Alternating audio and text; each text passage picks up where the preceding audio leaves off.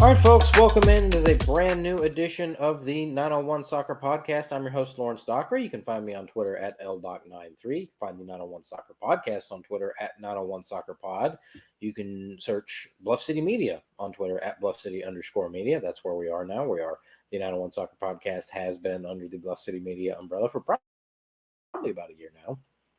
Search us on Facebook as well, 901 Soccer will pop right up, and Bluff City Media, and we will pop right up. And of course on the YouTube as well, if that's where you're actually watching this, go ahead and, as all of the YouTube content creators like to say, like, comment, and subscribe. And so I guess that takes care of all of that. Purpose of this episode tonight is we are talking Memphis 901 FC in the U.S. Open Cup. As earlier today, the draw was held. U.S. Soccer announced that Memphis 901 FC will be hosting a U.S. Open Cup game. That is the first time since 2019, the inaugural season in 2019, that Memphis 901 FC will be hosting an Open Cup game. So we'll talk a little bit about that. Tonight, this is probably just going to be short and sweet. This isn't going to be but maybe 15, 20 minutes, not a whole big long to do. One or two interesting things to discuss that have come out since the draw was announced, so we'll definitely touch on that. And then, of course, we'll talk just a little bit about the next 901 FC home game this Saturday against Orange County at 3 p.m. down at AutoZone Park. So let's just get right into it. One thing we'll talk about that later in the show. I do apologize. I don't have any notes or anything tonight. I am just going to be firing from the hip, so to speak. This is something that I feel needed. It's the Open Cup, right? And the Open Cup needs all the love and support and content that it can get. So here we are. And Memphis 901 FC needs all the love and support and content it can get. So here we are. 901 FC will host a third round game in the U.S. Open Cup. I posted a piece on it today on the Bluff City Media website, which you should all be insiders to. And it's just so good to be hosting again, right? Because think about how much fun 2019 was. Like, the Open Cup in 2019 was probably one of maybe two bright spots on the season, maybe three. Okay, so three, you could say we got the team. That's bright spot one. Bright spot two, there was a stretch in like August and September where they won 5 or 6 games in a row. That was a bright spot. But really, the only other bright spot in that year was the Open Cup run. And I guess we could use the term loosely. They won 2 games, and then they got to host an MLS team. That was fun. That was a lot of fun, and they were right there with Orlando.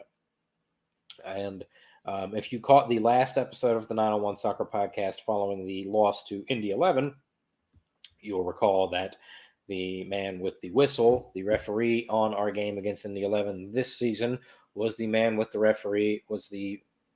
man with the whistle for our Open Cup game against Orlando at Mike Rose in 2019, when there were also some refereeing controversies, I guess you could say. The odds that, anyway, let's not go down that road. I don't want to gain some sort of reputation, but anyway, 901 FC getting to host an Open Cup game hasn't happened since 2019. It was a lot of fun in 2019. Obviously, 2020 we were slated to host Chattanooga in the second round of the Open Cup, but the tournament got canceled because of COVID. And then in 21, nobody was slated to host anything because it got canceled again before any machinations, any scenarios were laid out. And then 2022, we were back in the Open Cup, but this time, unfortunately, we were on the road, and it was at Chattanooga, and we lost. And that was kind of a tough pill to swallow, to lose to an in-state team from a lower division. And funnily enough, they are no longer in the league they were in at the time. They're now part of MLS Next Pro, which is interesting. But last year, 901 FC had a very good showing in the U.S. Open Cup. Unfortunately, all 3 games were on the road. Now, I don't know if this is true or not. This is what my gut tells me. And if I'm right, I can see why they did it. Nominally, the reason Memphis 901 FC was unable to host any U.S. Open Cup games last year was the time that it takes to flip the field from baseball to soccer and back again. And that is not. I totally understand that. Um, I also there's a part of me that wonders if there were at least two times where on the draw, U.S. Soccer, whoever the guy at U.S. Soccer was that was doing the draw said, and Memphis 901 FC did not apply to host. Granted, like I just said, the flipping from baseball to soccer and back again is very time consuming. I also do wonder that was right in the middle of the stadium money fight before the Grizzlies screwed everybody. And I halfway wonder if that was 901 FC's way of trying to get a little bit of extra leverage to get the stadium built. Because, you could that's a perfect opportunity to say, look, if we had our own stadium, we could have the Open Cup here. We wouldn't have to go on the road for every single game. This is why you need to give us our share. All we're asking for is $60 million. It's not like the Grizzlies are asking for $750 million. And that didn't end up happening. All their games were on the road, and the city of Memphis basically told 901 FC to go F themselves. Thank you, Memphis Grizzlies. But we get it at home this year, so that's what's important. But of course, last year you had the win at 1 Knoxville. You had the big cup set over Atlanta United, and then it fell apart real quick in that Birmingham game, which just it's one thing to lose, it's another to get shelled, and it's another thing to get shelled in a rivalry game. So that wasn't a whole lot of fun. But at the end of the day, the important thing was we knocked off an MLS team, and they got so tired of losing to USL teams that they decided they didn't want part of the Open Cup anymore. But we'll talk more about that in a minute. So this year, it's at home. And let me find it. I should have had it pulled up. My apologies. But as of when I wrote my piece around lunchtime today for the Four Bluff City Media, ticket info, date, and kickoff time had not been decided yet. All that had been decided is that 901 FC is going to be playing Miami United FC. And I'm a little bit confused because I've seen both from U.S. Soccer and from Jonah Dillon at the Commercial Appeal that Miami United is in like the USSAS or some strange goofy league like that. But when I clicked on their Twitter profile, it said they were in the NPSL. So I'm not sure where the mix-up is there. Perhaps they're doing both. I don't know how that's possible, but with lower division American soccer, I suppose anything is possible. But since I've written that piece, Memphis 901 FC has announced they will be hosting this game at AutoZone Park, and it will be on Wednesday, April 17th at 6:30 p.m. against Miami United. This is not Inter Miami. Everybody calm down. Messi's not coming. Everybody relax. No, this is Miami United. Although, if everybody thinks Messi's coming, yeah, I will encourage you. Yeah, Messi's coming. Go buy tickets and support the team. But the Redbirds' last game prior to this Open Cup window, we knew the Open Cup window was going to be Tuesday the 16th, April the 17th. And the Redbirds' last game prior to that was that Sunday. So that would be Sunday the 14th. And so right off the bat, you're thinking, Tuesday's probably not the possibility. Wednesday's the much better possibility. One thing that I think is going to help, in addition to the Redbirds game on Sunday being an early day game, I think, if I'm not mistaken, it was either noon or 1 that Sunday. And then with 901 FC being on Wednesday, not only do you have that little bit of extra time to flip the field, the way things were described to me before the season started is that the grounds crew this year is more prepared and better equipped to do a better job this year than they were last year. I can't use the exact phrase because I suppose this is a family-friendly show, but suffice it to say that there were some that were not happy with the way the grounds crew operated last year, and it is going to be much better this year. Now, all we've seen so far this year is the two 901 FC games before Redbird season started. this Saturday against Orange County at 3 down at AutoZone Park. We'll get our first look what the process looks like now that baseball season has started. But you know what? At the end of the day, it's a home game. Whether it's at AutoZone Park, whether it's at Mike Rose, whether it's over at the U of M campus, I don't really care. It's a home Open Cup game. That's the most important thing. It's probably best that it is at AutoZone Park. That keeps the continuity. That's where people know.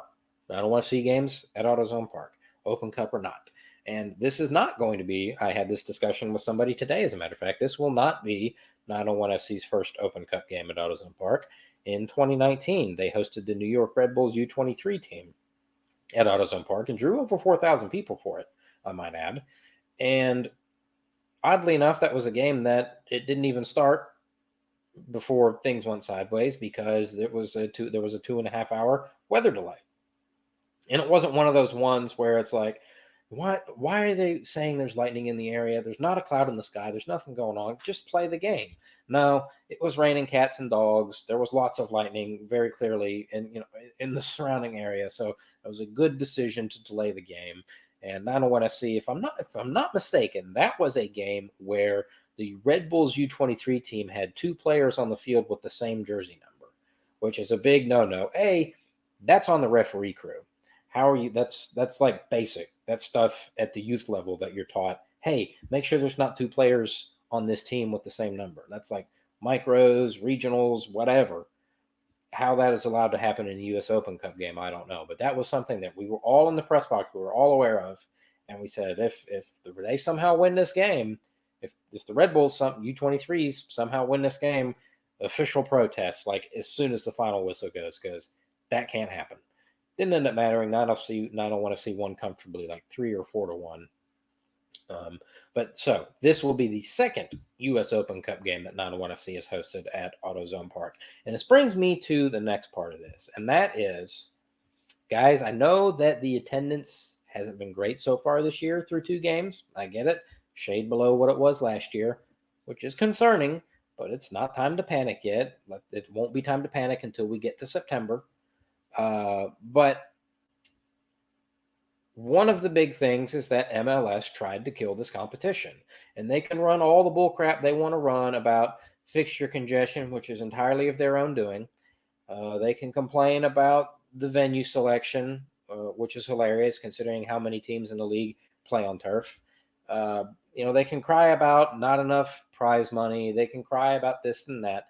And at the end of the day, they wanted to kill this competition because they don't own and control this competition. Funnily enough, their marketing organization, Soccer United Marketing, was in charge of marketing this tournament until just last year. So it just rings a little bit hollow, but in the immortal words of one Don Garber, any soccer dollar not spent on MLS is a dollar wasted. So they tried to kill this competition and pull out. And U.S. Soccer initially had something of a spine and said, no, you don't get to do that. And then we found out who really runs the federation, as if we didn't already know. And MLS came back and said, we're going to put our next pro teams in, and you can have like 5 teams. So there's like 29 MLS teams, which means there's 26 American MLS teams. We get 8 of them. But when that finally, all that dust settled, you can scroll back through the 901 Soccer Podcast Twitter feed at 901 Soccer Pod. And I'm fairly certain I said, look, this sucks. This is a zombie version of the U.S. Open Cup. And the fact that it's happening this way is a load of crap. But it's on us. It is on us, me as a media member. It is on you as fans. We can't sit here and yell and scream and bitch and moan about MLS trying to bail on the competition if when we finally get our turn to host, we have 300 people show up. That can't happen. We absolutely need to at least match what our regular USL attendance is. And I understand the difficulties involved in that. I do. It's a weeknight. It's a church weeknight. It is short notice.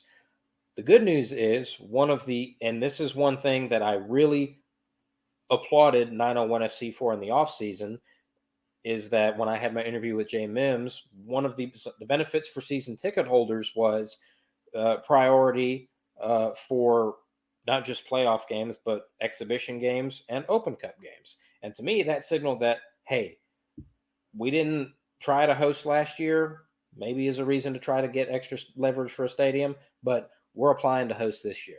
And we got our home game. So a big positive is that season ticket holders are already in like Flynn, I guess you could say. But we really do. We can't have a bad crowd, guys. We just can't do it. I'm begging you as a city. The Tigers are done. The Grizzlies will be done. The Showboats play like 2 home games this entire year. Okay, and neither one of them is on Wednesday, April 17th at 6:30. There are no excuses. The weather will be nice. I don't want to hear it's a weeknight. Like, I understand all the built-in excuses for why the crowd could be poor. I'm telling you, we will have egg on our face. And this no fault of the organization. This is not a shot at the organization. And Lord knows I've taken my fair share. They have done and are doing everything that they can as far as I can tell. Having season ticket holders included in Open Cup games is a big step in the right direction. Guys, it's on us. It's on me, and it's on you. If we are really going to yell and scream about how great of a competition the Open Cup is and why MLS needs to respect and value it, we got to have good crowds. We've seen good crowds in the first 2 rounds of this tournament in little podunk, piddly ass places. Like there was one where they were playing. The Open Cup game was delayed by 2 hours because there was a high school lacrosse game going on the same field. But in all of those places, the interest has never been higher and the crowds have never been better. Look at Vermont, or there have been several of these places. The MLS Next Pro teams, to hell with them. I hope every one of them gets knocked out early. But this is one of the things that it's a new buzz phrase in refereeing. It's a new buzz phrase in business. It's a buzz phrase and all this. Control what you can control. We can control what we do for a 901 FC Open Cup game. And we need people there for it. Even more so than the regular season, because I think this regular season will come. We need people here at this 901 FC Open Cup game. It's on us, and we can't expect MLS to value and respect this competition the way it deserves to be valued and respected if we're playing in front of 700 people on a Wednesday night. I mean, the case in point, last year, the Las Vegas Lights, granted, they've never not been terrible, hosted Real Salt Lake of MLS and drew officially, this is what the official count was, 300 people. If they're reporting 300, I'm betting there were probably 35 people there. We can't have that. And I don't think we will. I think it will match what our attendance has been thus far this year. But they got a couple of weeks to get it sorted out. And the only thing that might somehow, some way throw a monkey wrench in this is the opponent. Lawrence, what do you mean? What are you talking about? Well, from 4:29 p.m. today, there's a Twitter handle at Beaten the Bookie. Breaking. Absolutely wild story. Miami United players are alleged to have gone into the Hard Rock and bet on their own game in the U.S. Cup via the betting kiosks. They won 2-0. Traders recognize trade Traders, as in people who trade, not traitors, as in people who commit treason. Traders recognized it after a few bets were made, and the tribe notified the gaming commission. That is all sorts of no. Okay, and now I understand that they bet on their own team to win the game, and they won the game. So nominally on the surface, to lay people such as you and I, well, they bet on their team to win and they won. What's the problem? This is the reason why Pete Rose is not in the Hall of Fame for Major League Baseball. You don't do it. You don't do it. First off, I cannot imagine that there are any large number of people actually walking into a casino and betting on 2 semi-professional teams in the U.S. Open Cup. I just, I don't think you can go into any of the casinos down in Tunica and find U.S. Open Cup first and second round games. Certainly not on the board, maybe at the kiosk, but I don't know. But you don't. I'm fairly certain this is something that is covered in every preseason team meeting where everybody gets there. Here's what's expected of you. Here are the do's and don'ts of being a professional soccer player, right? I happened to be at AutoZone Park for an availability while 901FC was going over all of that with their players. So like, don't do this, don't do this. If you see this, do this, and so on, right? Most of it is fairly basic stuff that we would all do. And, but betting on games that you are involved in, now also, I'm fairly certain that betting on games in your league, regardless of whether you're playing in them or not, is probably a no-no. Betting on games that you are playing in that should be on automatic. Like, no, I can't do this. This is going to cause problems. And what happens with this, I don't know. The powers that be. I don't know who the powers that be are here. This probably has to be a U.S. soccer. Since it's U.S. soccer event, U.S. soccer probably has to be the one to say, all right, here's what happened. Here's how we need to handle it.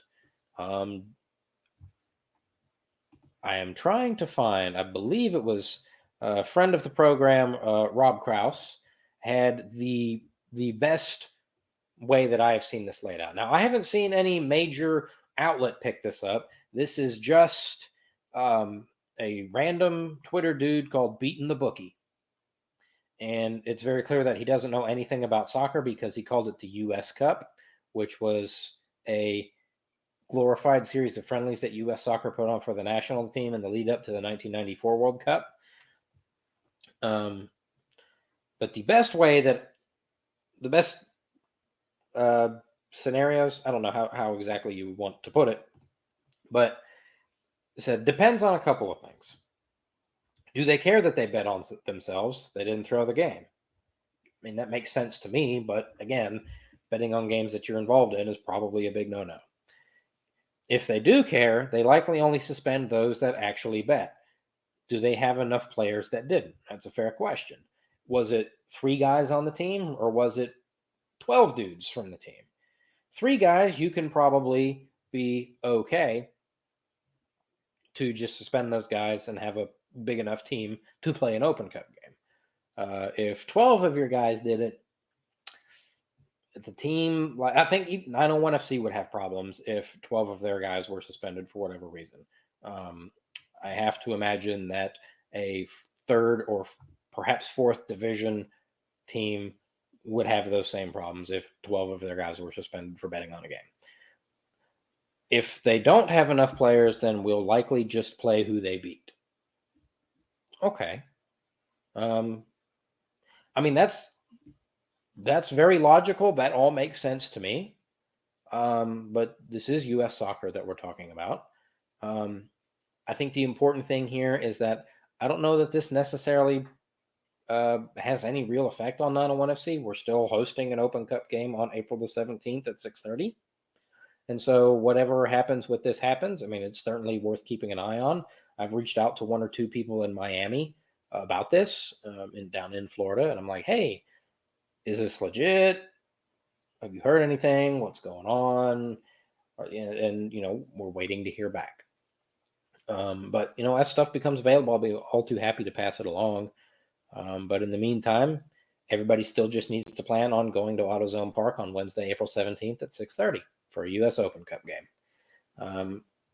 The other thing they should plan on doing, is we'll close the show out with this tonight, is before that, there is one more Memphis 901FC home game before that Open Cup game. That's this Saturday against Orange County at 3 p.m. A lot of 3 p.m. games to start the season.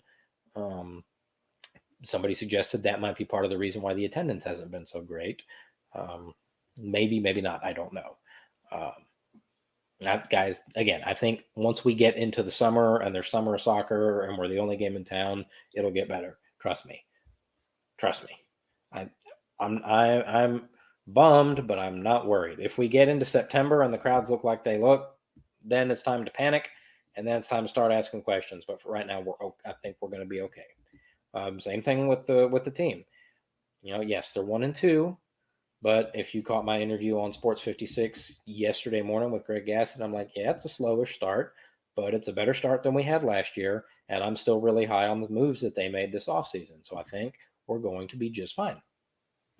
But that will conclude the show tonight. Thanks, everybody, for tuning in for this quick little U.S. Open Cup blurb.